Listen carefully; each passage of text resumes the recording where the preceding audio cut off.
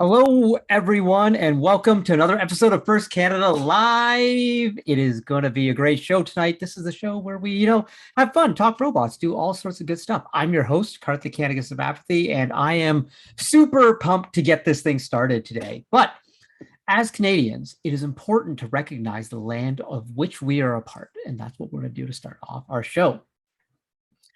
As we gather for this meeting, physically dispersed and virtually constructed, let us take a moment to reflect upon the meaning of place, and in doing so, recognize the various traditional lands on which we celebrate today. We acknowledge the elders and youth, past, present, and emerging, of all the land on which we work and live. We honor the ancestral spirits with gratitude and respect. We acknowledge that this land, out of respect for the Indigenous nations who have cared for Turtle Island, also called North America. The Indigenous people have been gifted the role of caretakers of this land long before the arrival of settlers peoples until today. But most importantly, we must remember the history of these lands and people that have been tainted by poor treatment and a lack of friendship with the First Nations who called Canada home before it was given this name. This history is something that everyone is affected by. We are all treaty people in Canada. We all have a shared history to reflect upon, and each of us is affected by this history in different ways. Our past defines our present, but if we move forward as friends and allies, it does not define our future. All right, tonight's show, as is the tradition, we have a co-host from the First Canada Youth Council. There's going to be a lot of Youth Council stuff going on, so that's why I am super pumped. But please welcome Alexander, a student formerly on Team 5015, which is merging and becoming Team 4421. They were known as SWATbot Robotics before, from Calgary. Alex, can we name your new team right now? Can we come up with a team name? Can we do that? I don't know. A lot of people are thinking on our team about like it being a prime number and it being indivisible. There's been a lot of puns about that. So I think that our name will likely have something to do with the fact that it is a prime number and So that like it you is indivisible. so you could go very basic. You go prime bots, that's like just like straight in your face or whatever. Indivisible is nice. Uh like you don't want to go the non-factor because that sounds weird, but you can use like factor in there somehow, prime factor. I don't know. There's a lot Yeah. of good stuff in there. I like it. Got a suggestion in chat. Possible robot name. Like one of my favorite robots of all time is Optimus Prime from Transformers. So yeah, I love it. And then you can have like an alliance. Like imagine if you had an alliance of 3 prime number teams at an event, like the Prime Alliance. Oh, this is what you got to do. That's your pick list from now Yeah. on. Yeah. It's just going to be prime numbers. You just go right in there. Maple Ice Prime. Boom. Let's go. Let's do it. Be like, we would love to accept your offer, but we decline based on you having too many factors. It's good. This is the way the show is going to be tonight. It's just going to be Alex and I making prime number jokes. This is going to be great. Alex, welcome. Thank you for being here. We're really excited, and we got a lot of fun stuff happening today, right, Alex? Yeah. Yeah. Definitely. There's a lot of interesting things we're going to talk about. Yeah, we have a panel discussion with some of our First Canada summer interns, which is going to be cool. You can find out how to become an intern at First Canada. What do interns do? And of course, Alex, the group you know really well. We got some members of the First Canada Youth Council talking about all the stuff the Youth Council has done in the past. Just kind of giving everyone an update because there's like a brand new council formed every year, right, Alex? Yeah. Yeah. As members graduate and new members join, it changes and some of the initiatives change. But we're always doing a lot of exciting things. Yeah, and we got some new members. We got some veteran members here, so it's going to be a good mix that we'll all be chatting with. So it's going to be a great time. Throughout the show, if you have any questions, just post them in the chat, and someone will try. We'll get to them live on air. We're super interactive on the show, especially when we get to our news segment with John and William, which is coming up really soon.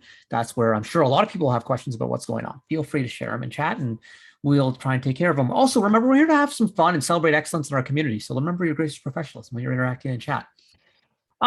Before we get started, as is the tradition, the Youth Council comes in and starts us off with a bit of a wellness moment. So, Alex, I think you're going to talk to us a little bit about listening to music today.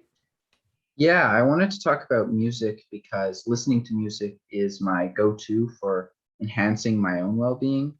And as high school students, now that we're back in school and also still feeling the compounded stress from COVID, I think students are facing a lot of academic stress and pressure.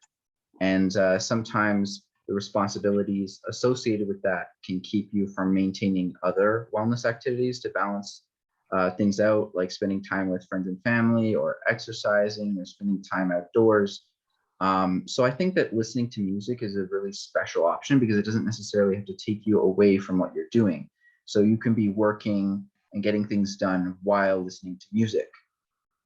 And it's got a pretty unique link to our emotions. So in terms of stress, when slow music is played, the body follows, the heart slows, your blood pressure drops, and then your breathing slows. So all of that can release tension in your body and then also have a relaxing effect on your mind. So there was some Stanford researchers found that listening to music is actually able to change brain functioning, and it's powerful enough and can have similar effects to medication in some cases.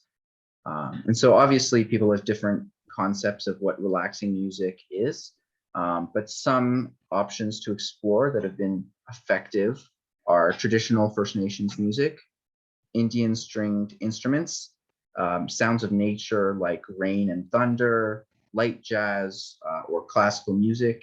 And one of the genres that I listen to a lot when I'm working is lo-fi hip hop. And so it's got it's actually lo-fi comes from low fidelity, which would normally be associated with lower quality music, but it's that repetition and kind of simple music that actually helps. And one of my favorite pieces of advice that I've gotten about academic stress is that when everything feels like it's colliding, like your obligations and schoolwork, applications for universities and scholarships, and just kind of feeling overwhelmed, is just not think about it and take everything as it comes.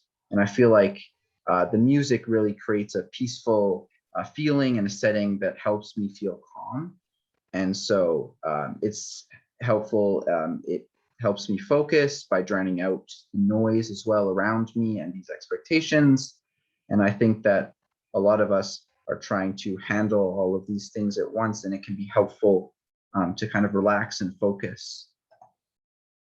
So that's just what I wanted to talk about for my wellness moment. Thanks, Alexander. And I think it's like a great point. I know, like music has this way of connecting with our emotions. And, I love, I'm a pretty nostalgic kind of person. And I love how you can hear a song and then instantly you're shot back to a memory or a place or a smell or anything like that. And there's some songs, where you just listen to them and they just automatically make me smile. I just, I hear that song, it's like, yes, I'm in a good mood. And I have a playlist literally called Smile, where it's just like, if I'm just feeling down, it's like, this is what I'm going to listen to, and it's going to kick me right in the pants and whatever. And it just kind of like, yeah, it feels like this is the soundtrack to my happiness. So music definitely has a place in terms of wellness. So thanks for sharing that piece right there. And now we're thinking about music. And hey, by the way, we wanted to play some music here, but we can't because of the Twitch restrictions on copyright music and all that sort of stuff. So we couldn't just share our playlist or whatever. But hey, if you want to drop your favorite song in chat, we can talk about that later on. But now for the news updates. Just a reminder, First Canada Live every 2 weeks this fall. That's when that's so not a show next week, but we will be back the week after that every 2 weeks. So it's going to be a good time. Hey, today is October 12th, which is Walk Like Woody Day, which commemorates one of the co-founders of First, Dr. Woody Flowers, who was such a great influence on this program for so many years. And today is kind of a day to kind of reflect, I always use a judgment in my life of what would Woody do? And Woody was this great critical thinker who was passionate, but also the consummate gracious professional. And I think it's just kind of important to learn a little bit about Woody and just kind of remember. And I just think the highlight of my first career, so many of them were just like the conversations I had with Woody and just getting advice from him. And it was a really big deal. So Walk Like Woody Day, just, spend some time thinking about Woody. It's always good. But now we have some FRC event updates, and no better to give us these updates than the two maestros of FRC in Canada. Please welcome your First Canada FRC Director and 2010 Woody Flowers Finalist Award winner, Mr. John Hobbins, and the First Canada FRC Program Manager, William Neal. Hello, John and William. Hey, Karthik, and everyone, great to be with you all tonight. Well, great to have you. And so, normally the news segment, we just kind of blaze through, but there's a lot of important news happening right now, John. So Just within the last week, First Canada made an announcement that events are changing a little bit. I'm hearing single day. You want to let us know what the plan is? Sure, I'm positive there's a lot of questions out there, and we're here to answer them. Doing our best. They're called single events, so it's a single day on a Saturday would be a full day of competition with finals and playoffs, and winners and champions recognized on that day, followed by a second day of another totally different event, but at the same venue. A lot of reasons why we do that, and most of all is to try to help our teams be able to get out there and be at in-person events once again. Well, that sounds really exciting, John. And so all the events in Ontario basically have gone from being like, instead of there being like one Waterloo event, now there's two Waterloo events, but they're each single day events, correct? They are. And, there's that bad word, the W word, which is waitlist. And I got to tell you, this year, waitlist might actually be your friend. We've got a significant amount of holdbacks at each event, which will help us stick handle or navigate the needs of our team. So don't hesitate to contact William and myself. If you find yourself on a wait list, you don't know where you're at, we'll be glad to help you and give you a little bit of information that'll obviously lead to helping you with your second choice. And John, well, First Canada, like there's a lot of teams right now who, because of the current situation of the pandemic, have a lot of restrictions on them. Like they can't travel a certain distance and they have to stay in their region.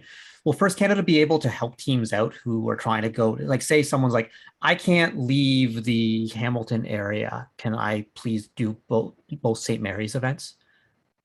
Well, exactly. And that's part of what this holdback is going to do for us, where we can hold back spots, which will generate more people on the wait list so that we can assist a team that has to stay in their own area. They don't have permission to go further, to go on an overnight excursion, which we know is something that's kind of taboo in a lot of the school boards right now. Or think of one of our superstar teams, they're pretty chill, Team 1305.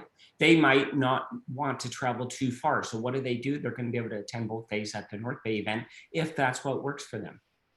So we're doing a lot of different things. And if you ask the question of why would we do this? And why would the change come at this point in time? Well, we want to try to help teams be ready for the event selections, which happens in 2 days. And so the real nuts and bolts of it all is that this new model would allow for lower travel, lower costs, easier to get permission to attend the events because they're not overnight excursions and so on.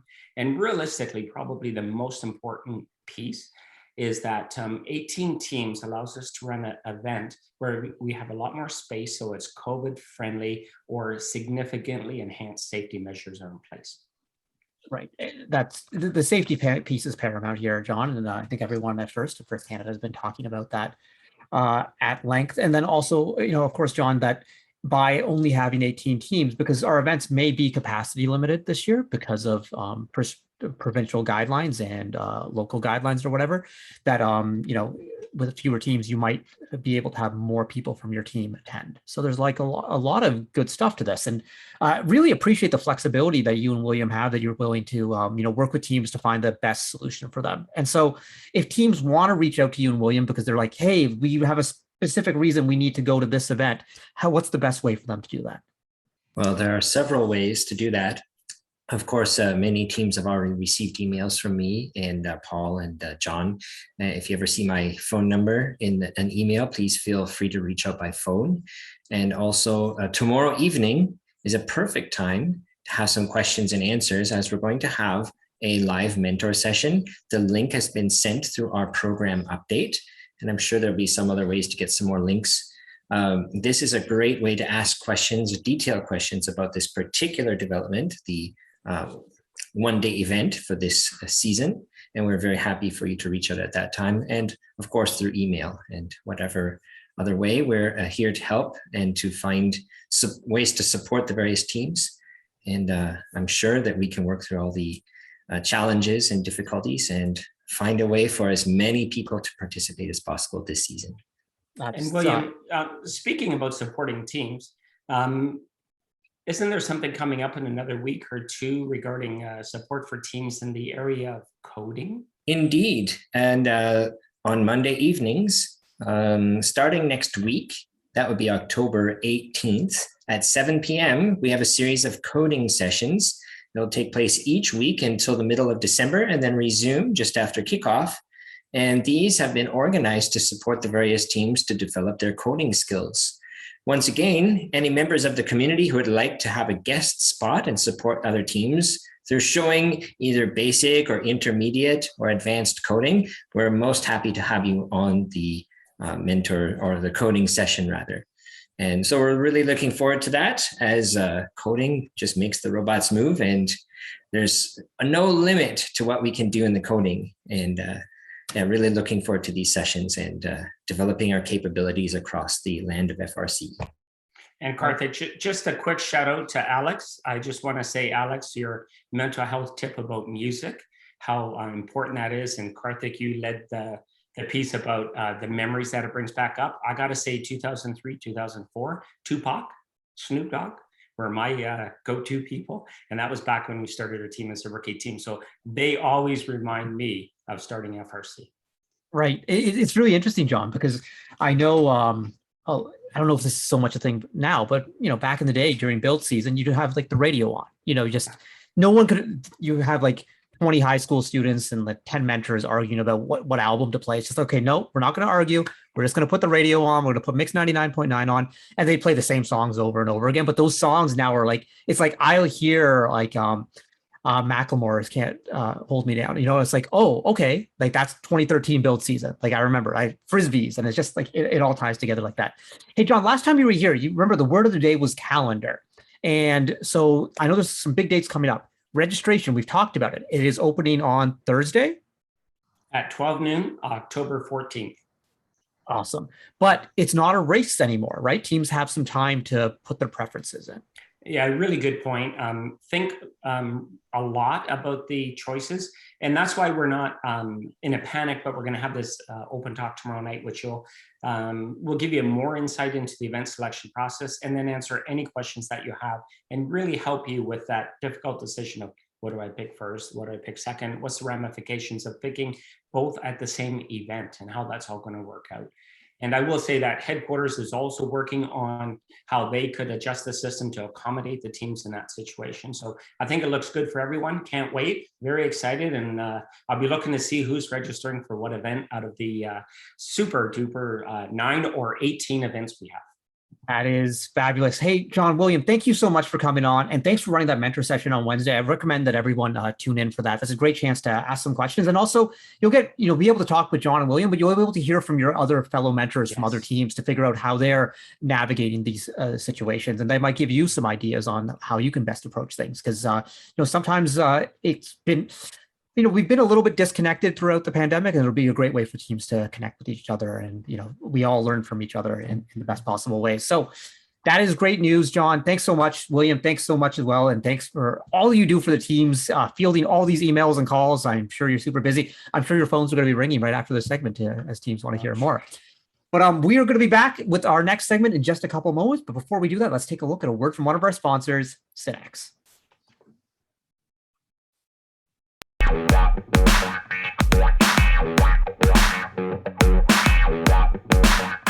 Synex Canada is a leading provider of the latest and greatest technology products and solutions to more than 8,000 resellers throughout Canada. Headquartered in Fremont, California, Synex operates its technology business in the United States, Canada, Japan, and Mexico, and has a presence in over 25 countries throughout the world. Synex also provides solutions, customer care, and business services for many of the world's leading-edge businesses through subsidiaries, Hive Solutions, and Concentrix. Synex has over 40,000 of the world's best and brightest minds collaborating on exciting and innovative projects. Synex may be a big player, but our business is still about people. People that understand how to put technology to work to make a difference in business and in their day-to-day lives. Synex employees make a visible impact and are recognized and rewarded for their contributions. Synex, putting people first.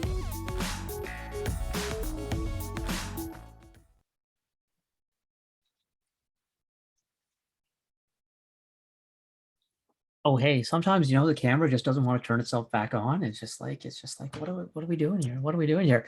Hey, Alex, are you ready to hear from our youth council, which you are a part of?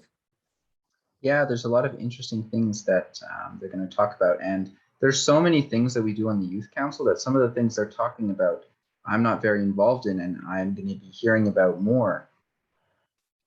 That's wild to me that it's grown so much over the past few years, that there's so many things going on that you're all a little bit compartmentalized. And last year, I know, and they're going to be talking about this, you spent a lot of time working on the rookie support document, I believe, and that was like this massively intense project, but that you might not hear as much about, like First Foodie. And some people are like, what's a First Foodie? Like, oh, you're going to find out. But to help us find out, let's welcome our youth council members. We have Riddy P from Team 5036, the Robo Devils, Srila C from Team 6135, Arctos, Jordan C from Team 5024, Raider Robotics, Vanshika B from Team 2056, OP Robotics, and Zoe J from Team 771, SWAT. Hello, youth council members. How's everyone doing? Good. How are you, Karthik? I am doing great. Happy to see some excited faces. Happy to kind of hear more about what the council has been up to, what's been going on. So, to start, we've heard a lot about the youth council because, on First Canada Live, we talked about the youth council a lot. And Jordan was our co-host 2 weeks ago, and he was talking a little bit about it. And I think a lot of people really know about you from social media because you're so active on the First Canada social media. But for our audience members who aren't familiar with the council, can each of you describe what the youth council means to you in the community? And maybe we'll start with one of our veterans. And, Jordan, you were here in the host seat last week, so why don't you take it away? Oh, geez. What does the First Canada Youth Council mean to me? That's a really difficult question. I think the First Canada Youth Council has been a pretty big presence in, the First community, as well as within my own time within First. And I think that it's really allowed me to be able to connect with people that I hadn't necessarily would be able to connect with. We're all zooming in from different places, and we're here to talk about First and the things that excite us. And I think that's something that really excites me just about the First Canada Youth Council and the First community in general, is that we can be so far away from each other, but we can have these great conversations and be so close. That's fabulous. And Vanshika, you're new to the youth council. You're one of our three new, well, we have more than three new members, but three new members who are on the show tonight. What about you? What does the youth council mean to you? I think youth council to me just means like a really great group just to like meet new people, like Jordan said, but also just like elevate the voices of youth in robotics and just, create some really fun initiatives and events so that everybody can, participate and learn new things. Yeah, that's fabulous. And the elevating the voices of youth is really important because to a certain degree, you're the voice of the students in this program. And we have tens of thousands of amazing students in this program across the country. And you have, it's kind of a big responsibility being the voice for that group, but at the same time, it's no better group to be a part of this. And so, Zoe, I want to ask you, what were you're new to the council as well, but what were your impressions of the youth council before you joined the council? So I first got to know the council when I was actually in grade 9, so 2 years ago, when I attended a workshop they presented. So it was really nice getting to hear about the initiatives and the ways you can be involved in First outside of your team. So I was super excited when I applied this year, and I really am excited to work with everyone. Hey, and Zoe, you heard about that at the SWAT Posium, right? Yeah, so SWAT Posium is an event run by my team, and basically everyone in my team gets to go to different workshops. Or sometimes we help run the workshops, and this was one of the ones that I got assigned to, so I was really excited to go to it. That's pretty sweet. And speaking of, let's do like a little bit of free advertising here. Is there a SWAT Posium coming up this year? Yes, there is. I believe it's happening on November 27th, and there is a form. If you are interested in presenting a workshop, you can contact my team email, and they can send you the form. That is very, very exciting. Swaposium is always a great event. I think people should take a look, either to attend or, give a presentation, share some of your knowledge, share what you've learned, whether it be coding, design, marketing, all sorts of good things. I know I remember going to the first Swaposium, like, oh my Lord. I think it was in 2001. It was no, sorry, 2007. Oh, it's the 11th year. So 2010, sorry. Oh, okay. Then maybe it was called something else before. I definitely remember going to one before that, or maybe there were some years off. Who knows? Either way, it's always a great event. So check that one out. And Shrila, you are Dean's List finalists. So what does the Youth Council mean to you? Well, I think a big part of it was during the pandemic. It was a very rough time for everyone. And, we heard that competitions are canceled. The season was indefinitely postponed. And something I noticed during the pandemic was that the Youth Council kept posting throughout.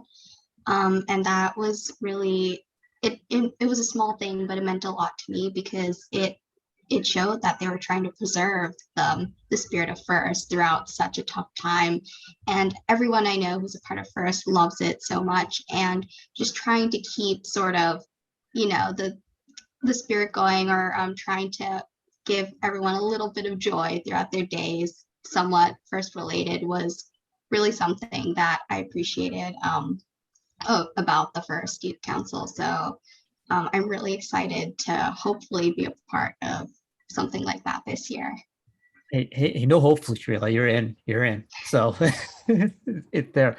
And Reedy, I'll pose the question to you last here, but what does the Youth Council mean to you?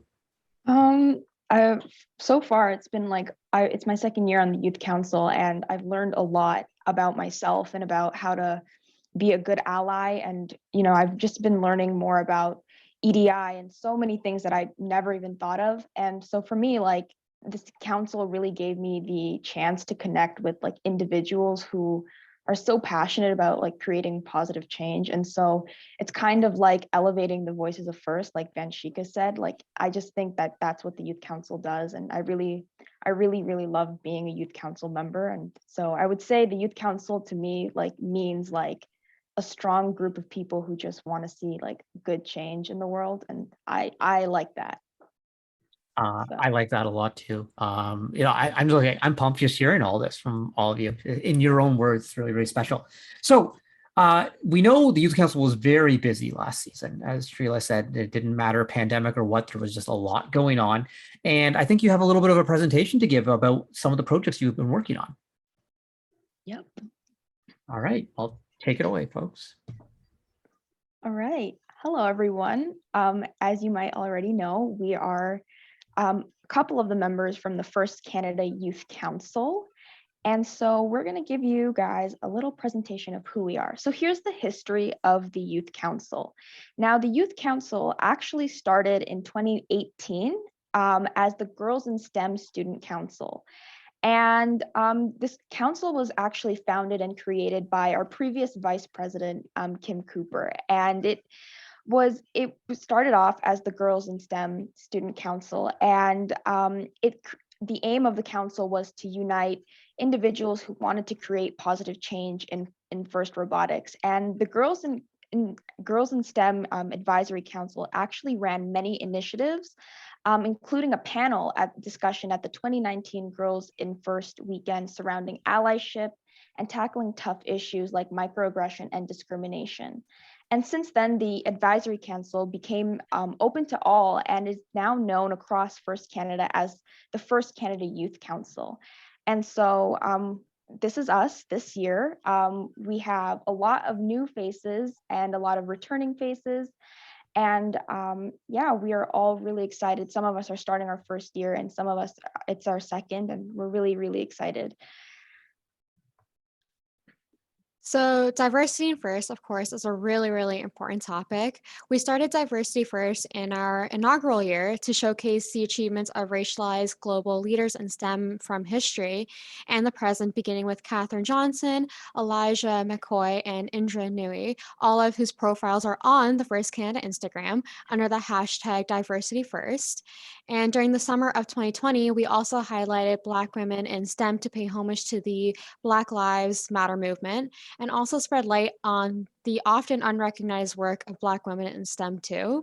And in the fall on First Canada Live, Youth Council also spoke to the meaning of racialization, discussed anti-racism work in the context of our school, and engaged with our audience to request input for future Diversity First initiatives. And we also hosted panels to broaden our promotion of diversity during our International Day of Women in Science. Another initiative that we've been working on, is the First Canada Pride campaign. And we actually started, it's coming back this year, just like every year. We're going to continue it for a really long time. And we started this initiative to show our support for the LGBTQ plus and two-spirited community. And this is really important to us. And we actually started the initiative to create some buttons and hand them out at competitions. So if you see right there, we have our past members, Cyrus, Adalia, and Emiko, working tirelessly to make a button. And if you look at Jordan, he has his one up. That's the only button that I don't have. So I'm going to be keeping my eye out for it at competitions. And we also created some online Pride campaign posts, which is also on our Instagram. And we love spreading awareness about EDI on the Youth Council. And a huge part of that is showing our support for the LGBTQ plus and two-spirited community. And this was just a campaign that we started to show our support. So First Canada Live, as you've already seen, is a super high energy talk show hosted by Karthik, and it highlights some of the most exciting parts of First Canada, but most importantly, updates and news. For example, many episodes consist of season updates or even feature amazing presentations by fellow FTC or FRC teams. There are variety of presentations and story times that are super fun and engaging, while also really informative. And First Canada started as a talk show when the pandemic hit to showcase teams, their robots, mentors, first alumni, leaders in STEM, scholarships, and EDI. And Youth Council members like myself are also featured as hosts or co-producers. And there are also some really fun Kahoots and competitions hosted that also earn you some pretty cool swag. And so partner engagement is a really important part of the First Youth Council. For example, we partnered with First Indiana Robotics to talk about our youth councils and share initiatives. Youth council members also did interviews with the Georgian College about skilled trades. And First Connect is a video series connecting youth to industry. And Julia and Reedy actually did interviews with Georgian College. And we have a lineup of First Canada partners, colleges, and universities. And we also did robotics in hospital initiatives such as Kids Ability in the summer and doing workshops for the Erin Oak Kids Center for rehabilitation.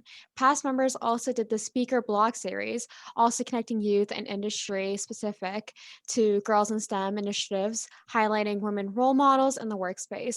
And sponsors have also sent Youth Council members gift baskets and instructions that allow our members to cook some pretty great things at the Cynics Share the Magic Gala last year.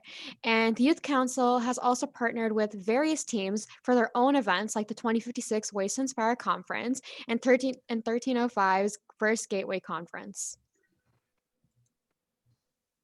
So you may recognize First Foodie from the Instagram, but the Youth Council prepares educational posts about healthy foods, and they are released bi-weekly on Fridays through the First Canada Instagram. We also help create maps to show students where they can find healthy restaurants and food options at competitions. These kind of posts and this initiative is really aimed to encourage students to make sure they're focusing on eating healthy, since having these healthy eating habits is one of the best ways to improve your success, especially at competitions. So First Project Green was also another one of our initiatives last year. That's actually returning this year as well. And one of the biggest portions of this initiative were our First Project Green posts, which we posted on our Instagram every Tuesday that contains little tips and sort of fun facts that could help your team stay green throughout the whole year. And we have, you can see here, we have Emily holding up a lovely I'm Going Green with First sticker. So keep an eye out for those because we're hoping to bring them back to competitions this year. And another really cool project that we did last year as a part of our First Project Green initiative was organizing a community cleanup challenge, which basically we had teams go out and try and clean up their community. And a very cool thing that happened was we actually partnered with the First Indiana Youth Council, who decided to organize this event in their community as well. Additionally, for Earth Day, since we sadly weren't able to organize anything in person because of the pandemic. We created a little bingo to try and sort of keep everyone sort of going green even throughout the pandemic. And another initiative that we had was our mental health initiative, which was very prominent, especially during the pandemic. And a big part of this initiative was, again, our posts on Instagram every Monday that contained sort of reminders or positive quotes to help whoever needed it that day. And we also partnered with Kids Help Phone to promote graphics and checklists with positive mental health tips and resources. Okay, so for the past year, the First Canada Youth Council has been running our virtual magazine that's not just our own, but also for the entire First Canada community and beyond. The name of this magazine has developed into something being called Being First. And so at its core, the magazine is meant to celebrate the ever-expanding diversity of the First Canada community and its values rooted in equity, diversity, and inclusion. The Youth Council has also really loved being able to create this magazine, as it's become a way for us and the wider First Canada community to connect and share their stories, efforts, and initiatives. And this is because one of the key mechanisms in our operation of this magazine would be the firsthand involvement of the community. And so this magazine is meant to uplift and give light to the voices of our community, which we've been able to do so through our outreach on the First Canada social medias and through active recruitment. And so we want to be able to publish and highlight the entire First Canada community as much as we possibly can, you know, ranging from FLL, FTC, mentors, FRC, parents, and more. So please keep your eye out on our social media platforms for opportunities for your team to be able to submit articles, as well as be featured in the magazine, as well as opportunities to feature yourself. And so in our production of the magazine, we've categorized our content into approximately 5 different sections. So these sections are called Hear from the Youth Council, Humans of First, which is inspired by Humans of New York, First Around the World, Equity, Diversity, and Inclusion, as well as our community section. And so let's just go through a quick rundown of the different sections and some of the things that we've put out in various issues. So in the Hear from the Youth Council section, some of the content we've put out includes every time we send out an issue, we're going to have a letter from the Youth Council. So this is just a quick update from us. And then there also usually will be a drawing or pictures of us as the Youth Council as we do Youth Council member spotlights. So this is where you can find out more about us and who's going to be representing the students in the First Canada community, as well as possible ways to be able to connect with us. And then also we'll be giving more of an intimate portrayal of our different initiatives that have stemmed from the First Canada Youth Council. So we've kind of done so today, except in the magazine, this will be more of an article format. Next up is the Humans of First section. And so there's going to be a different theme for Humans of First each issue. And so Humans of First is essentially testimonials from the Youth Council and others of their own positive experiences within First Canada. As well, we've done things such as First Senior Mentor Showcases, and we've also done interviews with previous First Canada presidents and our current First Canada president. And so all of this is collected through online forms from our social media. So again, please take a look at our social medias periodically to be able to find out ways that you can get involved and potentially be in Humans of First. Next is also First Around the World. So this is essentially how we're going to be reaching out to the First community abroad from First Canada. And so we've been able to write about how the Youth Council has been in touch with other youth councils. And first, as an example, we've worked with the First Indiana Youth Council for Project Green. So we wrote a bit about that. And then we've also done some other things as a youth council in the global First community. So we've written an article about our involvement in First Australia's 24 Hours of STEM conference. As well, we've been able to connect with FTC team 17962, which is R2D2 from Romania, which was really interesting. Next up, we've also had equity, diversity, and inclusion, where we've just been able to recap on the different efforts in equity, diversity, and inclusion our youth council has done. So we've mentioned some of this in the presentation already. So pathway interviews with different colleges like Georgian College. And then in the magazine, we've also been able to highlight members of our First Canada community for International Women's Day. And then also we've been able to recap different equity, diversity, and inclusion talks on First Canada Live and much more. And also, last but not least, the community section, which is largely positive impact stories and initiatives highlighted from around the community. And so we have various articles planned. And so we currently have stories from teams such as 5024, 1305, 7480, and more. So please go check out our magazine. We have a current website for it, which you can find at magazine.firstroboticscanada.org. So please check it out. So Rookies Resources aims to provide new first teams with the help and resources they need for a successful season. There is a Rookies portal on the First Canada website that can help teams who are new to the program. Some of the resources on the website are things like first steps, games resources, games and design, electrical programming, safety and competition tips, as well as advice from other first teams, just to help kind of integrate rookie teams into the first community.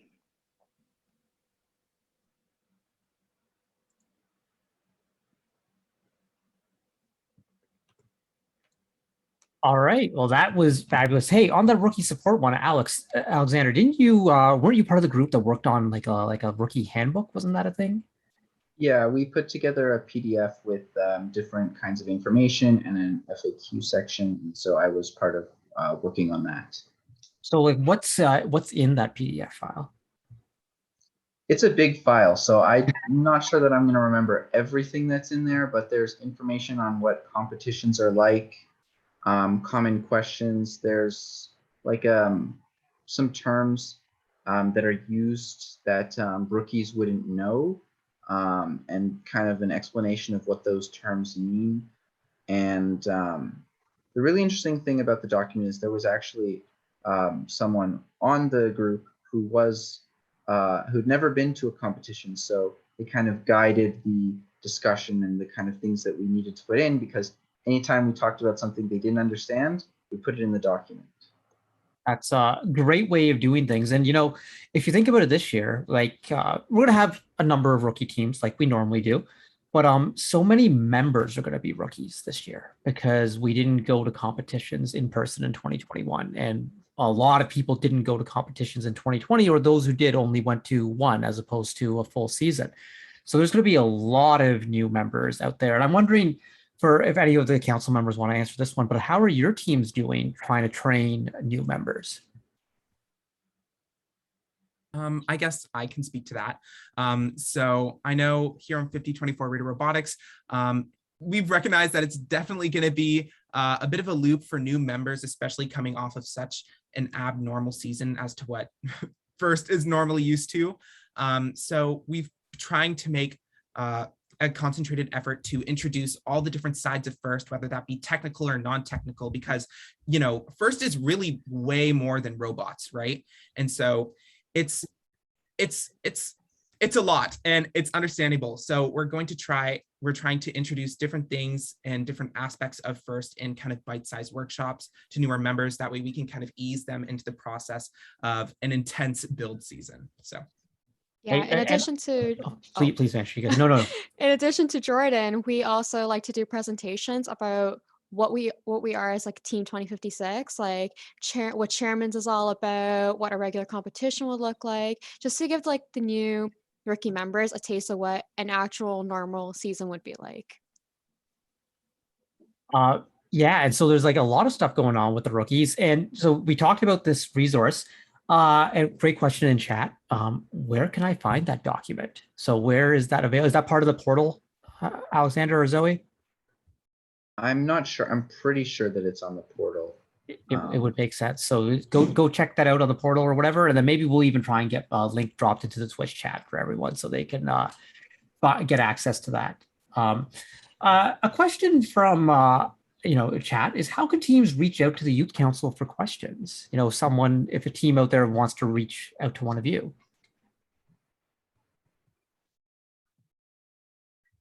I think, Oh, you Frida, can do you go, want to answer this Jordan. one? You can take it. Okay. I'm unsure if we have a specific method to contact the youth council at the moment, although I'm sure that you can find a lot of us on social media with kind of our more professional profiles. Although I'm sure that you'd be able to reach us through communications at firstroboticscanada.ca. Is that the correct email? .org, buddy. .org. No, my gosh, I'm so You're sorry. so close. Ugh. You know. But I think you'd be able to reach out to us through that. And I think that's a really great idea. We should probably come up with a way for us to be able to interact with the FIRST community more directly without having to go through necessarily all these many steps. And I believe there's like a contact form with the magazine as well, right, Jordan? Yes. So that's a direct contact through the magazine. So yeah, that so could be that's a another way direct you way. can reach us. Yeah, I think that's a really good way. And Lisa Ramraj just dropped the link in chat to the rookie resource there. So yes, things move quickly. Things move really quickly. Before we have a Kahoot that we're going to get into in just a couple minutes, but I just kind of want to ask, is there, maybe for each of you, what are you most excited about for this year in terms of a specific initiative? You talked about some, it could be a new initiative. It could be something that you haven't even discussed with anyone yet, but you just want to drop the bomb right now. I want to do this. But which initiatives are you excited about? Maybe Jordan, but I want you to say something other than the magazine. That was going to be my answer to the question. What am I most excited about?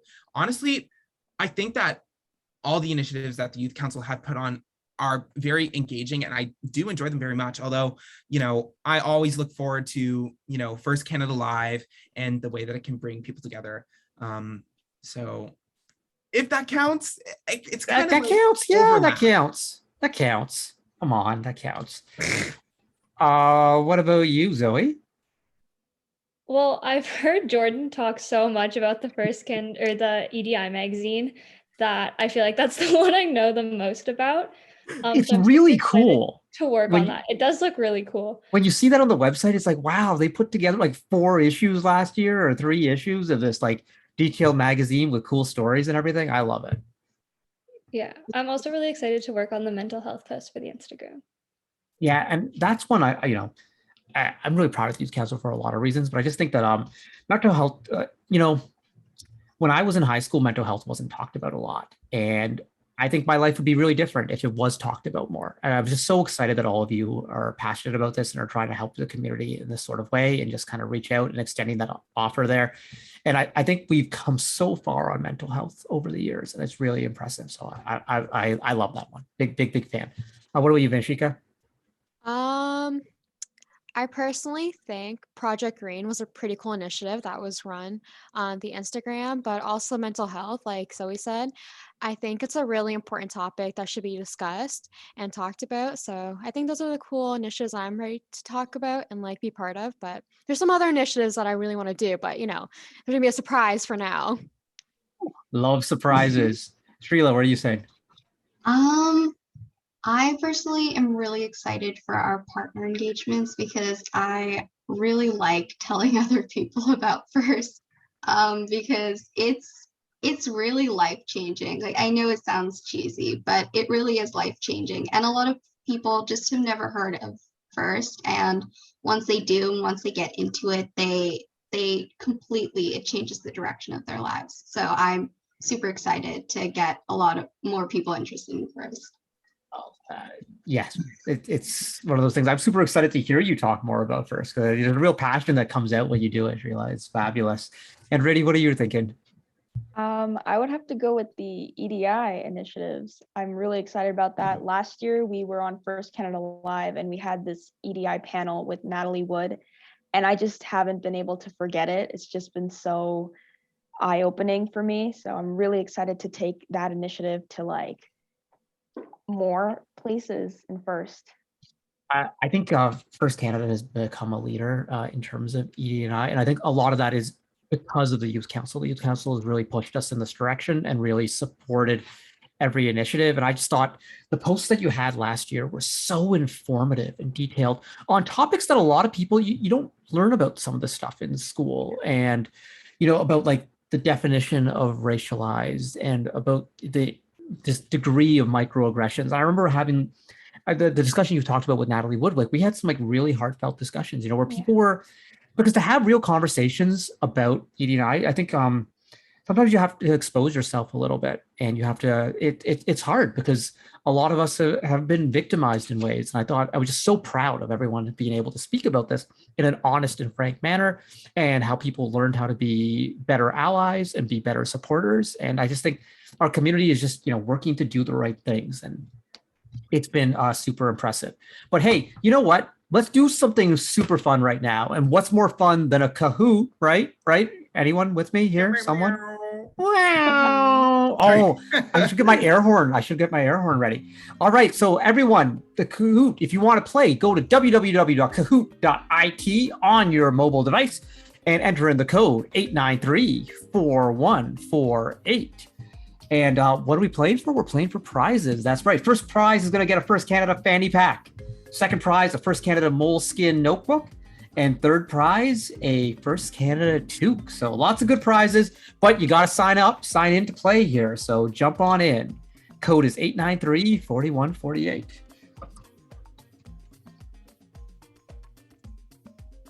Actually, I believe the one of the first Tech Challenge championships was won by Team 4148 back in 2006.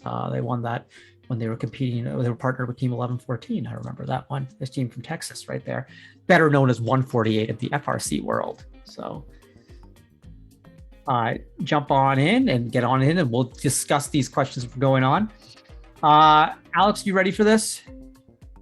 No, I mean, most of the questions, I've tried a couple of the Kahoots in the past, and I always get caught up on the questions with team numbers from Ontario because I don't know any of them. Well, I don't think there's any of those today because I think it's mainly focused on the Youth Council. So, and I guess that means, because I know the other members on the show, you've all seen this Kahoot. You made it, right? Actually, I don't think I've seen this Kahoot. Oh, okay, then you can play. If you haven't seen it, you can play. But if you have, please, gracious professionalism here. Although all right. I'm really loving some of these names: Stellar Goat and Eager and Shinnet and what? Oh gosh. Echidna. Oh my gosh. I was about to say enchilada. Stellar Goat is a good one. Does anyone read the cartoon Pearls Before Swine? Anyone? No. Okay, first of all, it's so good. It's so funny, but there's a character in there named Goat, and he would definitely call himself Stellar Goat. So let's jump in and let's play along. So let's head to the first question. All right, I hear that Riddy and Zoe can't play because they made it, but everyone else can. All right, our first question. What year did the Youth Council start? Someone said this. Is it 2017, 18, 19, or 2020? Oh man, how come Samantha didn't get a picture? I don't know. I think it was one of the earlier ones before we were able to get everyone's photos. Oh, got it. Because in your slides today, she had a picture. All right, the correct answer is 2017, when it was still the Girls in First Advisory Council. So nicely done. Let's take a look at the standings here. First place, Genius Wallaby. Is one of you the Genius Wallaby? Any of you? No? Oh, outsider. All right. Let's go see what's up with our next question. How many people are on the Youth Council? Well, if you paid attention to the last slide, you would know. That's a solid thinking face right there. I appreciate it. When I make Kahoots, my favorite part is actually choosing the pictures or the gifts to go in there. Take a lot of pride in that. Correct answer is 16. That's right. It was a 4x4 grid. Boom, boom, right there, math. 16, not a prime number, right, Alex? Nope. Nope. Unfortunately. But it's a square number. Square numbers are good. I like square numbers a lot. True. Yeah, I like square numbers a lot. All right. Lively New. Oh, yeah, they're new to the chat. They're new to the game. The Lively New up into first place. Genius Wallaby. Only 2 people got 2 questions right so far. Okay, let's see where we're going next. What is a popular magazine the Youth Council makes? Oh, this is tricky because I see the title on the magazine, but it's not one of the options because there's other names involved here. So, Jordan, if you don't get this one, I don't know. Uh-oh, the pressure's Editor in on. chief.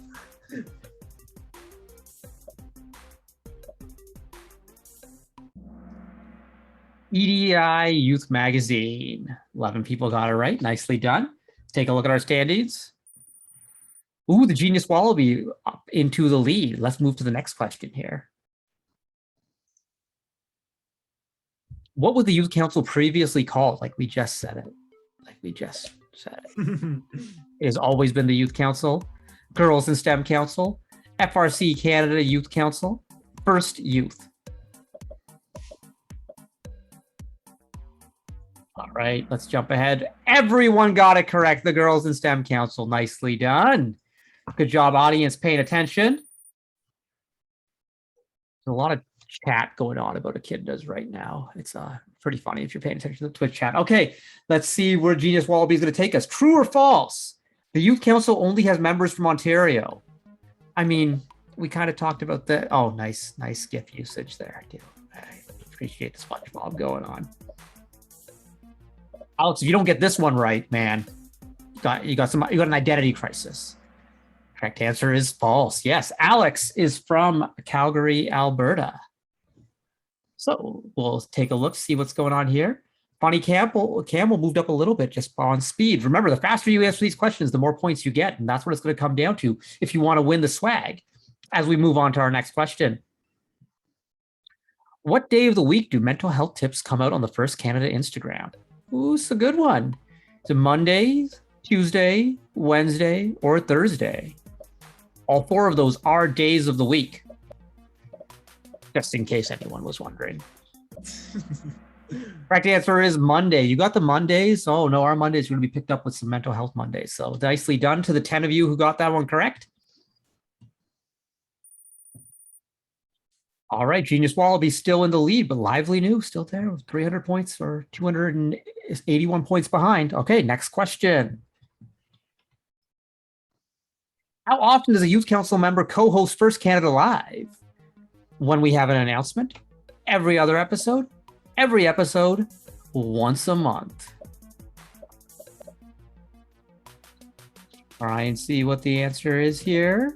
Answer's coming in with the dancing robot squids. Correct answer is every episode. Youth Council, they're always right here with me. By the way, I really appreciate the support doing that. So thank you. And Alex, you're doing a great job tonight. Having fun, Alex? Yeah, I'm on the podium. Oh boy, there we go. All right. Oh. Which animal are you?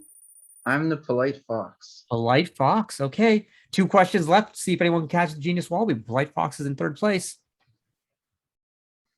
What day of the week does First Foodie come out? Oh, I love the GIF. Oh, Winnie the Pooh. That's like my favorite Winnie the Pooh. I love Winnie the Pooh. Like my avatar on Disney Plus is Winnie the Pooh. Wednesdays, Thursdays, Fridays, Saturdays. Correct answer is Friday. Winnie the Pooh's going to eat his meal. Winnie the Pooh's definitely a foodie for sure. He loved honey, like lots and lots of honey. You know, the former First Canada president, Mr. Mark Brenner, he's a beekeeper who makes his own honey. Really good honey. Jack the Bear honey. All right, correct answer is Fridays. First Foodie Fridays. Checking it out. Oh, the gap is shrunk. Lively New, Polite Fox. Just one away. You could steal this away from Genius Wallaby. Let's go to our final question. I've been told technically the bees make the honey, not Mr. Brenner. Mr. Bee just harvests honey. All right, what social media platform does First Canada not have? Instagram, Facebook, Twitter, or TikTok?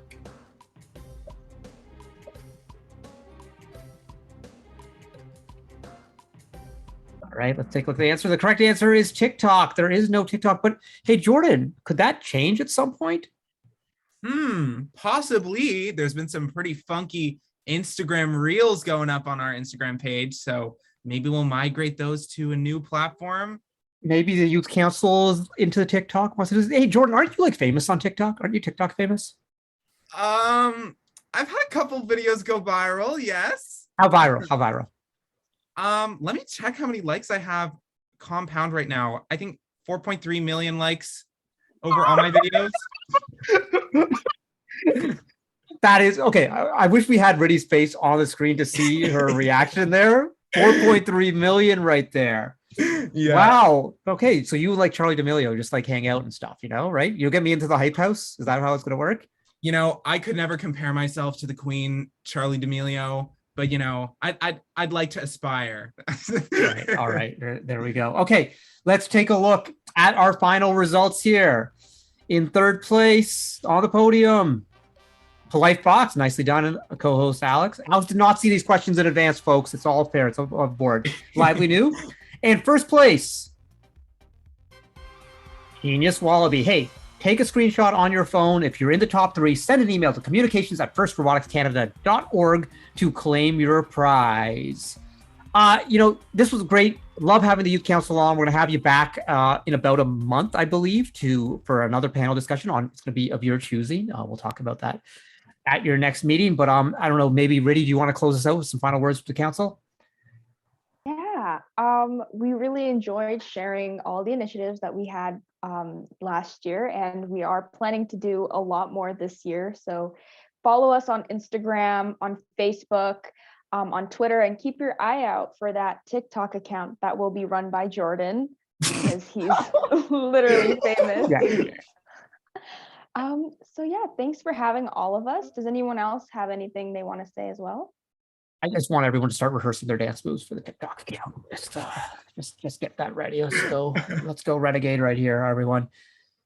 All right. Thank you, Youth Council members. This was fabulous. And we are going to be back. Hey, by the way, we're bringing on a couple of our interns up. And I actually do want to ask a question because Srila, you worked in contact with some of our interns this summer because you were doing a summer camp with your FRC team for kids using FTC Sim. So you want to give us like the short version because it's going to tie into the interns. But what was that experience like? Okay.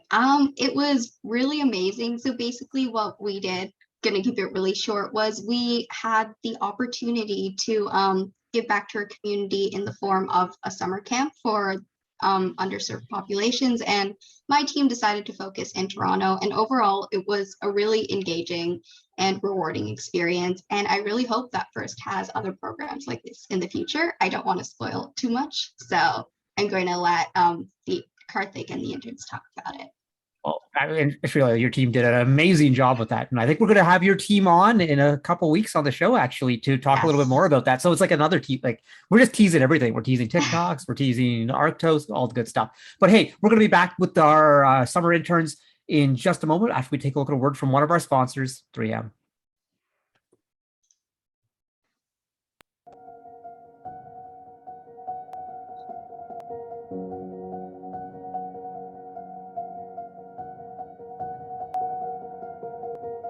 So First Robotics Competition is the epitome of the robotics competitions here in Canada. It's an opportunity for high school students to get involved in the engineering design of an entire robotic system. People think robotics is all about building the robot, right? But building the robot is only half the challenge.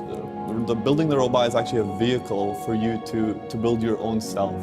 For our Canadian manufacturers to stay competitive, there's a lot of automation and robotics that have to go into our manufacturing facilities. So the skills that the kids are learning in this competition hit that mark spot on. There's definitely the technical ones. I've learned how to do CAD design. I've learned how to work machines. But one of the really, really big ones that I really like is and I think it's really important in this world, is I've learned how to work with a team.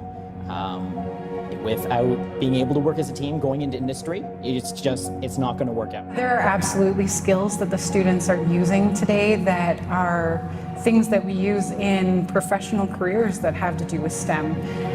They are learning how to communicate. They're learning how to collaborate. They're learning how to think outside the box so that they're not limiting themselves to one thing. They're getting to do coding, marketing, design, engineering, science, the whole 9 yards all together. It really teaches you all these different skills that you wouldn't think that you would know. It teaches you how to work with other people, how to do soft skills, communication, teamwork, leadership, all that kind of stuff. Some of our alumni have gone on to receive excellent scholarships at top-tier universities, and because of that, they've started getting known well by top-tier companies, which allows our brand to carry on as they work for large technological companies in the programming sector, in the automation sector. It's really interesting to see where we end up.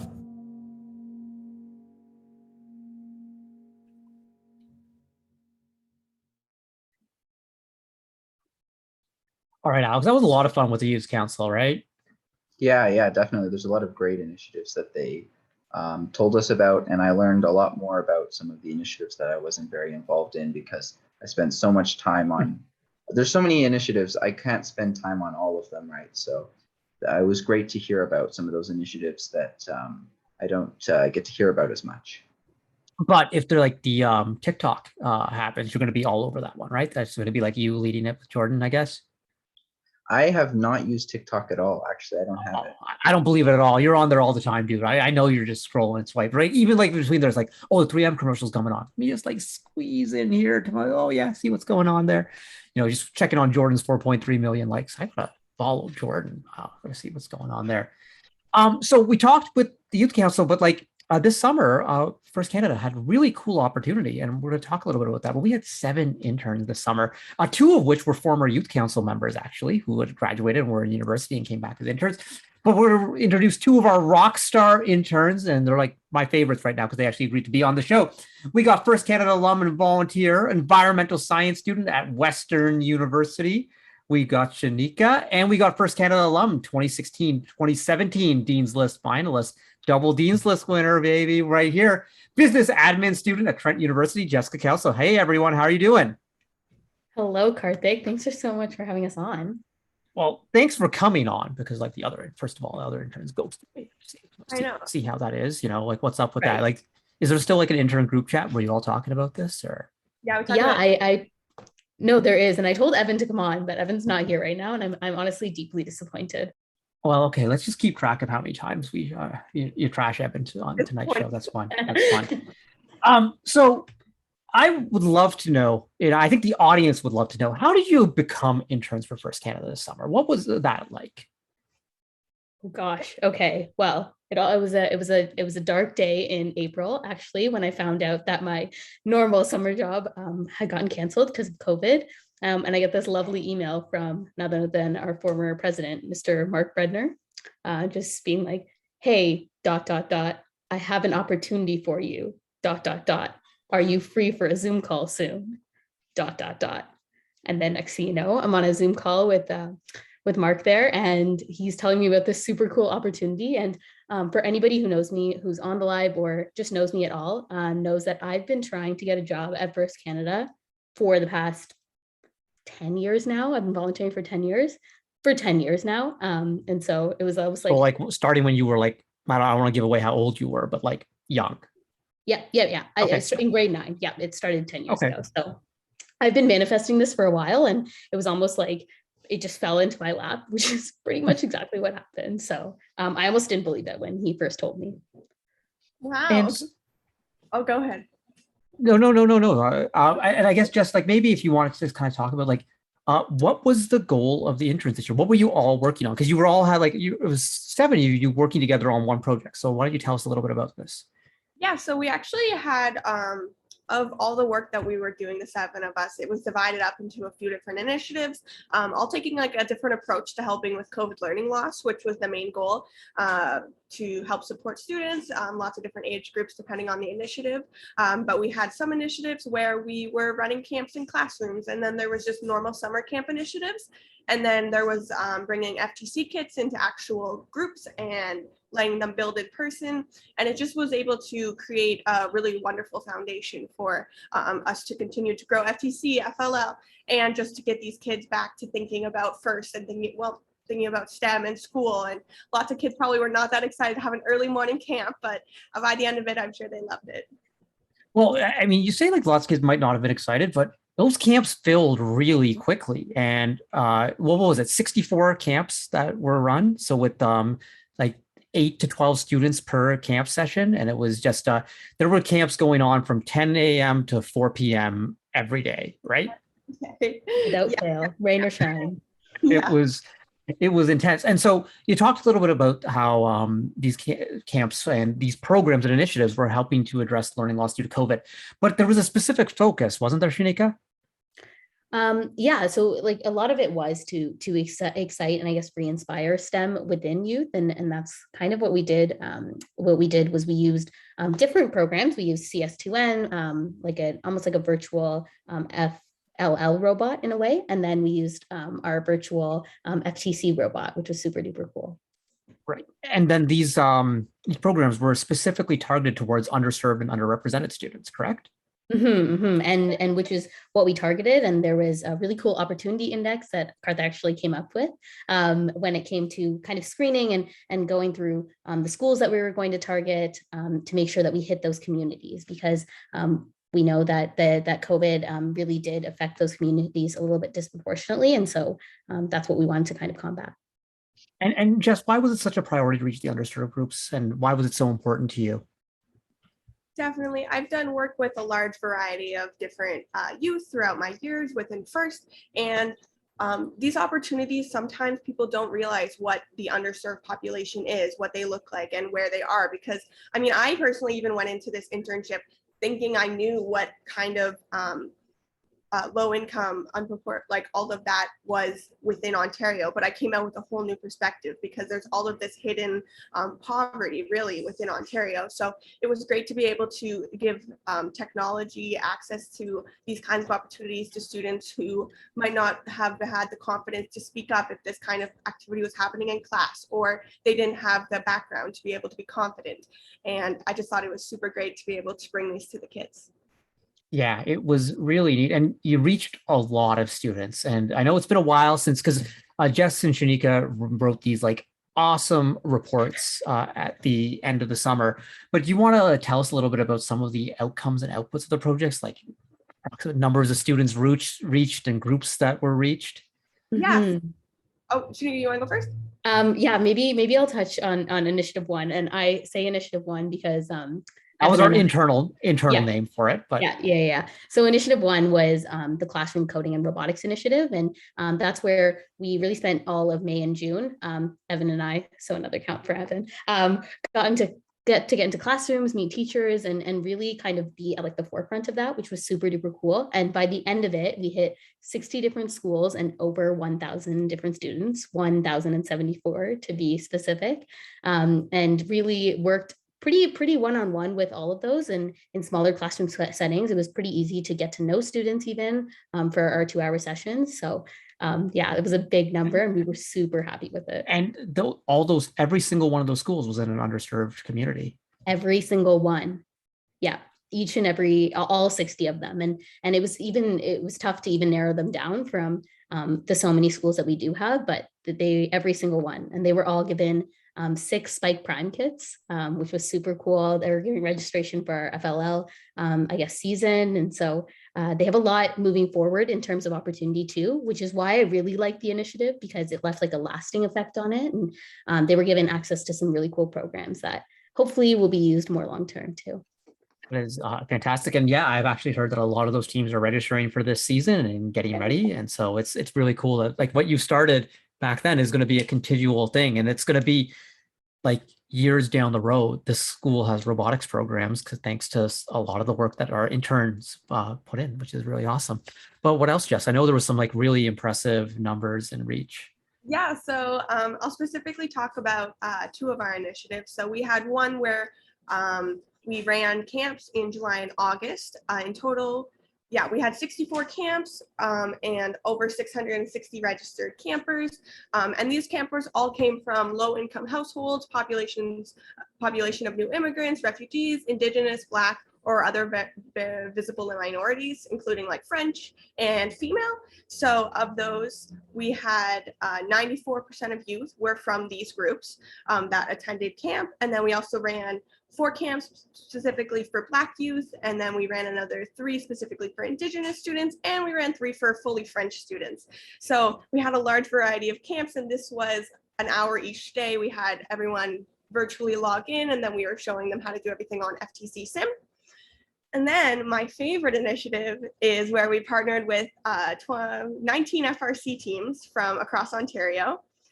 We love our FRC teams, they're always so great. And we were able to run over 100 camps. So these are week-long camps for students, and they had at least 10 students per camp for a total of 996 students. I'm not sure if that number has gone up since I last heard it, but that's where we are at. Of these, 43 of the camps were 100% Black youth, meaning 450 Black youth students were impacted through these camps. And then another 450 of these campers were female students attending these camps. So we've reached a very large variety of students that wouldn't normally get these kind of opportunities, but also students that just would love to learn and love to be there. So we were super excited. And these FRC teams, we gave them a little bit of encouragement. We gave them kind of the base model of what curriculum we would want to see. And then a lot of them created their own whole different camp, and there was posters and videos, and it was really great to see all the creativity. That is fantastic. When you just hear about it, it's just like, wow, there was so much going on. Alexander, I'm wondering if you have a question for our interns. It's really impressive how many people these camps managed to reach. And I wanted to touch again on the importance of working with these underrepresented and underserved communities, because I actually did some work with these communities as well over the summer. And one of the groups I worked with was an Indigenous STEM group. And just recognizing the fact that these kids don't normally get to access some of these opportunities that I've kind of taken for granted, and realizing how important those opportunities have been for me.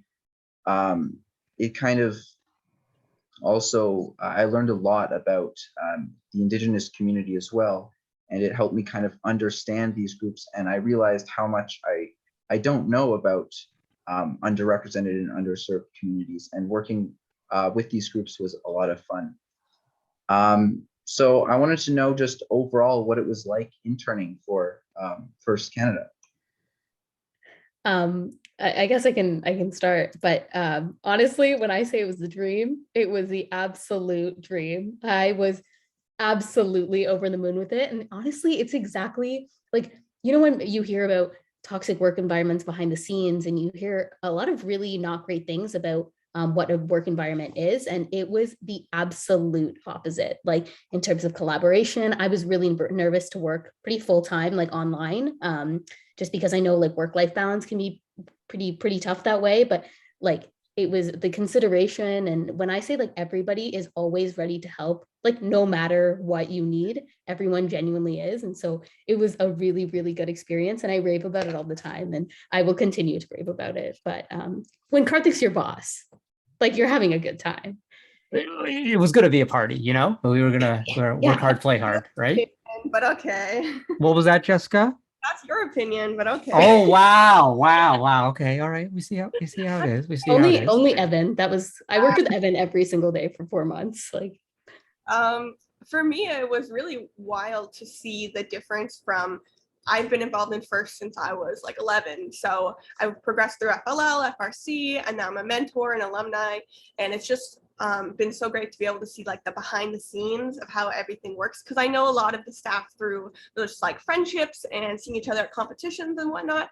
But it was great to be able to work in such a professional environment, but also know the staff and be able to be comfortable talking about like my strengths, my weaknesses, and then also improving skills that I had, and then skills that I didn't even know that I wanted to have. Like I'm a chairman student back in my FRCD days. So being able to write these reports, and it was just really great to be able to write about First again. I missed it. And we talked about what it was like interning, but what was your favorite part of the job, or something that you worked on that just really, that's like, Shanika, you're saying you're talking about this all the time. Like, what was the favorite part, if you can pick one? I really, oh wow, okay, that's a loaded question there, Karthik. I loved like the community that we built, and like I know First is known for building communities everywhere, kind of with whatever you do, but genuinely the community we built between like the interns and again just amongst the other First staff, I thought was super duper valuable. Just like being able to turn to people that were kind of like-minded individuals was really unique. And I think that's like learning that's something I really, really valued. I think was like the best thing I could have taken away, because going forward in like leadership roles that I've taken or do take or plan on taking, I know that's something I want to prioritize. And it's like a really big part of it that you kind of overlook sometimes, right? So I think that was my favorite part, was I hung out with Evan all day. Like, what do you want? Oh, that's a interesting favorite right there. Jessica. Yeah, so I personally, this was one of my first like big girl jobs. And it was super exciting to be able to approach everything from a professional point of view, but specifically the relationships I was able to build with the FRC teams. I was in contact with them basically every day. I was getting phone calls or emails, that kind of thing. So it was a really great opportunity for me to be able to find my voice in a professional setting and understand that I'm in charge, so people have to listen to me, and it was super great to be able to do that. And then also these relationships that I built with these teams, it's just going to be so much fun to see them at competition and be like, oh my gosh, I love that you did this with your program. I loved that this story was included in when you sent us your information. And some of these teams created the most amazing camp experiences that I have. Like, I wish I was a camper at these camps. Some of these camps were just amazing. They had like, they brought all of the different progressions of first in, and I can't wait to see what comes from these camps. So Right. I thought it was pretty cool that we had Shrila on the show, who's now a member of the youth council, but her FRC team, and she was one of the people that was, emailing you a lot, and her team did so much, and they did these like fantastic detailed reports and stuff. And we're going to actually be having Arctos on in a couple of weeks. Actually, Jess, you might not know this. We're not only having Arctos on, but we're having Team 7659 as well. Dr. Karen Cosma's team, who's another team that you worked really closely with on doing really cool camp stuff. So it was great having the interns. And I think what was really illuminating for me was that, we talk about this program first, and we talk about students develop like these great skills or whatever, but it was so shown because, I've had interns at other jobs and such, and it's just so wild, the difference between a first alum and a non-first alum, because you came in with such fabulous skills and you were just like fully loaded. And just, Shanika, you were on the job for maybe a week and a half before you started having to do camp sessions. Yeah. And you were in there being the primary or co-primary instructor in elementary classrooms via Zoom, which anyone who's been in a Zoom classroom this year knows how challenging that is. And you were just rolling with it. And then, Jessica, the level of reports that you delivered at the end, this was like professional, well polished. It was just like, wow. And the ability to realize, like FRC teams, it's like, okay, it's crunch time here. And we are, 1 week away and the robot's not done. We have to get this done. We're going to find a way to get this done, but we're not going to cut corners to do it. And it was just like this amazing sort of stuff. And the problem solving and resourcefulness from the interns. Like, I remember there was one day where the Zoom links for the camps weren't working properly. And then there was like a lot of chaos, and someone was like, it was almost like that. It's like, oh, maybe we should cancel camp for the day. It's just like when you're at an FRC event and someone's like, oh, yeah, the robot's not working. Maybe we should just skip this next match. And then everyone was like, no way, we are not skipping this match. We're going to figure this out. Let's get organized. Let's make a plan. And then the next camp session was starting in 20 minutes, and boom, we had it all done. I just flipped my pen over there. But we had it all done and ready. And it was just like, that was a testament to the skills of all 7 of you. I want a bigger picture here. What advice do you have for the people out there because you two obviously had a great intern experience, and a lot of that, you said a lot of kind words about the people at first who provided this opportunity for you, but a lot of the experience was because you were able to make it so great. So what advice do you have for people out there like Alex and other young people who are going to be applying for their first internships this summer or trying to get a better internship? What strategies do you have for people, how to make the most out of your internship? Honestly, I would say yes, 100% do your work and make sure that you're getting it done. Make sure you're communicating and understanding the people that you're working with, understand your boss, understand your colleagues, and really make sure that they kind of know your strengths and weaknesses and be really upfront about it, because honestly, it's just going to set you up for success. And number 2 is make sure you find things that you're doing in your internship that you also enjoy. I know we worked on our main job, I guess, but then there was also always a couple little side projects and stuff that we always had going. And I found that people would pick those up based on what they enjoyed doing. And it really makes that break up your day, I guess, from the work part to, I guess, the stuff that you enjoy. Not that I didn't enjoy anything, but I just think it makes your day go by a little bit easier and your excitement for your job a little bit easier. But yeah, make sure you communicate well, I guess, be really upfront, know your people, know your strengths and weaknesses, and then make your job as fun as you can in any way that you can.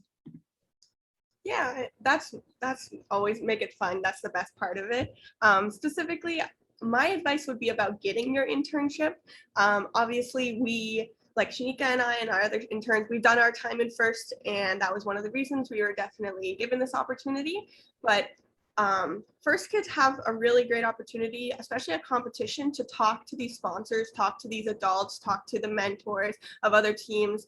I personally didn't realize how important this was until later on in my first career, but everybody that's at a first competition wants to be there and wants to talk to you and wants to hear about what you're doing, what you want to do. And it's these kind of connections that are going to be able to provide you with opportunities in the future, even if it's not something that's going to happen within like the next 5 years. 10 years down the road, somebody might be looking for something for a specific project or something like that, and they'll be like, oh, Shanika was telling me she really likes to plant trees. We should get Shanika. So that's those kind of opportunities, because everyone at first events wants to talk to you, especially sponsors. They love connecting with the students on teams. And unfortunately, a lot of the time, the students are not as excited to talk to sponsors because, I mean, they're busy with their robot. I'm sorry, I didn't mean to. No, I know the truth. That's okay. But not that they aren't excited, because I love talking to sponsors. But it's more so that they don't realize how much these sponsors actually want to hear about their life and hear about what FIRST has done for them and these positive experiences. So I'm super excited to be able to see all of the partnerships that come out of this, but it's all about having confidence and just making those connections. That is some great advice right there, because I mean, like, all of the interns got hired because they had, you'd all represented yourself so well amongst your teams, and, you know, people knew you, and it was just, you know, your work spoke for yourself. So it really, it matters, like everything that you're doing at an event, you know, like, you know, they always say, like, you know, like, act like there's someone watching, but there's potential future bosses watching, potential future super awesome, fun internships watching, you know, and I know, like, I have gotten jobs based on, people getting to know me at events or whatever, or when I was a young high schooler getting to know people or whatever. And I remember when after I graduated, a company approached me and said, hey, we love what you did, love your ideas. Would you want to come work for us? And the same sorts of things can happen out there. So always keep that in mind. We are almost at the end here. Shanika or Jess, both of you, I just want to know, funniest thing that happened this summer. Oh gosh. Oh, wow. Okay. I just was telling the story, but oh, wow, gosh. Jess, you go first. Okay. Are you going to talk about the French camps? Because that's what I'm going to talk about. Okay, you can talk about the French camps. So we ran specifically camps for French youth, which was just another underserved area, especially with STEM and FIRST, because we're primarily English, at least in Ontario. But we had one, Evan, our favorite youth council. By the way, Evan, alum of team 1114, he was the super tall driver for years, Alliance captain, rep, now mechanical engineering student at the University of Waterloo. Just in case people who are wondering who this mythical Evan is that we keep talking about. He's just Evan. Yeah. He's just intern Evan. Nah, we love Evan. So he ran the camps because he's fully, like, he speaks French. None of us speak French. So we would all just kind of sit there for like our hour-long session. And like the first time you hear someone speak fully French, not coming really from a place that speaks fully French, is just very stressful. So it was super funny to just sit there and listen to him talk and not have any idea what's going on. We all bonded over not knowing what's going on. Give him a call, Jessica. And my favorite has to be, we worked with an organization called Hope for You, which is directed towards Black youth in the Jane and Finch area. And it was a great organization. And there was a lot of tech issues, which ended up making us kind of deliver our Spike Prime kits to the students directly. And I remember sitting there and I taught the students how to program the robot, kind of firsthand to make sure that they could do it. And then when we were getting to the testing stage and the student presses the robot and it does exactly what it wanted it to do, the way that the student programmed it, and he just goes, oh my God, it works. And it was just like, I don't know why it was so funny, but it was just a level of excitement for something going to plan. That was just really funny. Yeah. I think we've all been there before with a robot, you know, where like 100%. code finally compiles. Yeah, Alex is nodding his head, you know, he's Yeah. there. Yeah. All right. One thing before we go, Shanika, how many different provinces did you attend meetings in this summer? Because you took remote work to like another level. Oh yeah, 100%. I took a couple spontaneous trips this summer, and one of them was in BC. So I was working 6 o'clock to 1 o'clock BC time, or 2 o'clock. So I was in BC, New Brunswick, Quebec, Nova Scotia, Ontario. So 5 different provinces. 5 provinces right there. That's half of them. That's half of them right there. Hey, Shanika, Jess, I've said this many times before. Thank you so much for being awesome interns, but thank you for coming on the show today, just talking about this experience. This will be great. And who knows, maybe in the future, there'll be more internship opportunities and people just look out for them. Oh, we got a special guest showing up here. What up, Toby? He's our Toby favorite intern, yeah. Yeah, Toby was a regular at intern meeting. Toby's a lot bigger than during the summer. He's almost 5 pounds. 5, wow, okay. 5 pounds of pure dumb. 5 pounds of pure what? Dumb.